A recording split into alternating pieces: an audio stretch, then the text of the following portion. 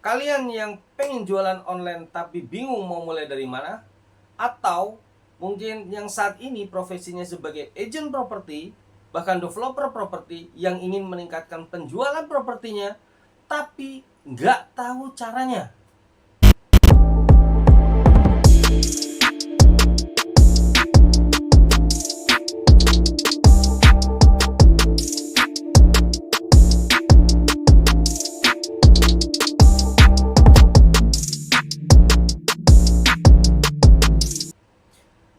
Pernah dengar tentang Meta Ads?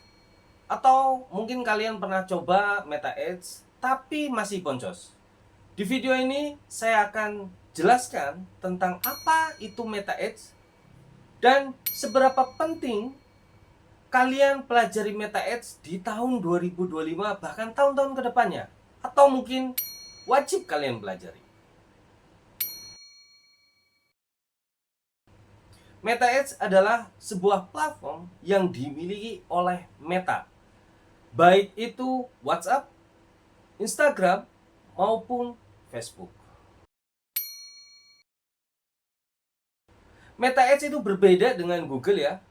Perbedaan yang paling mencolok itu adalah dari cara pendistribusiannya.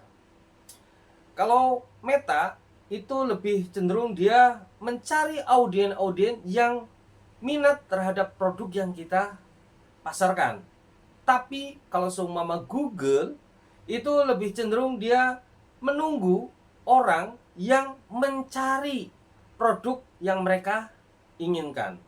Jadi sangat berbeda tentang pendistribusiannya.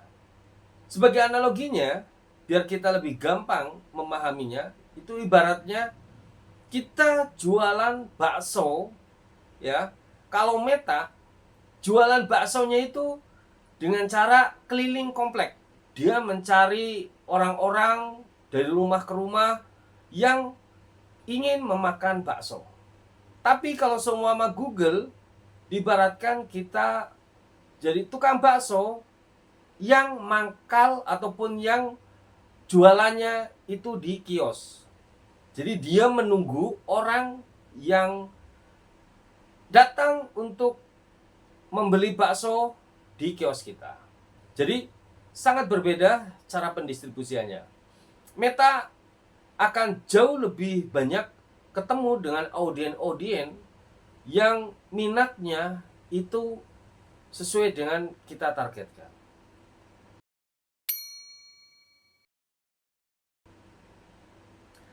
Kenapa Meta itu sangat penting dan layak untuk kalian pelajari di tahun 2025 bahkan mungkin tahun-tahun kedepannya?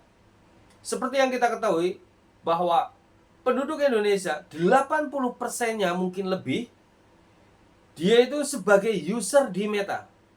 Entah itu dia WhatsApp, entah itu dia Instagram maupun Facebook. Oke?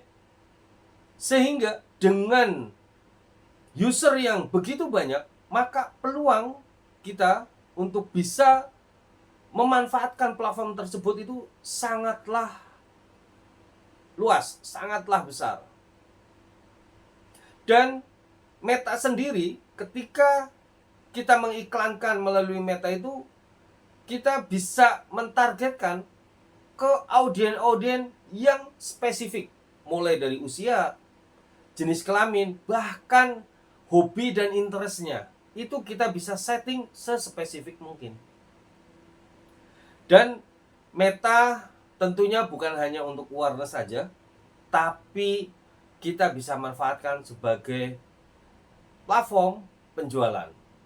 Di luar sana sudah banyak sekali ya yang sukses dengan cara mengiklankan di Meta. Dan saya sendiri juga sama. Saya mengiklankan properti melalui Meta dan penjualan retail pun saya menggunakan Meta. Dan saya banyak juga membantu klien-klien saya untuk meningkatkan penjualan propertinya itu melalui Meta juga. Jadi Meta itu sangat layak dan saya rekomendasikan teman-teman untuk pelajari ya, supaya tidak ketinggalan. Sebelum kita menjalankan iklan di Meta, kita juga harus tahu dulu tentang strategi di Meta itu seperti apa, pola kerjanya Meta itu seperti apa. Karena apa? Kalau seumpama teman-teman hanya sebatas menjalankan iklan tanpa mengetahui polanya, tanpa memiliki strateginya, maka bisa dibilang kebanyakan pasti boncos. Dia nggak tahu tentang audiennya siapa, yang akan ditargetkan siapa.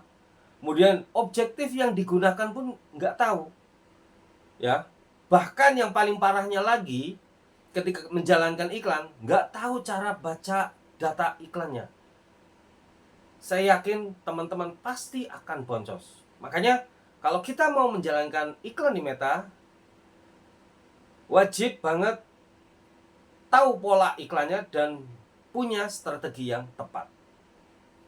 Meta itu ibaratnya seperti senjata, ya, yang ketika kita menggunakannya tapi tidak tahu cara memakainya, pasti bisa melukai dompet kita. Tapi sebaliknya,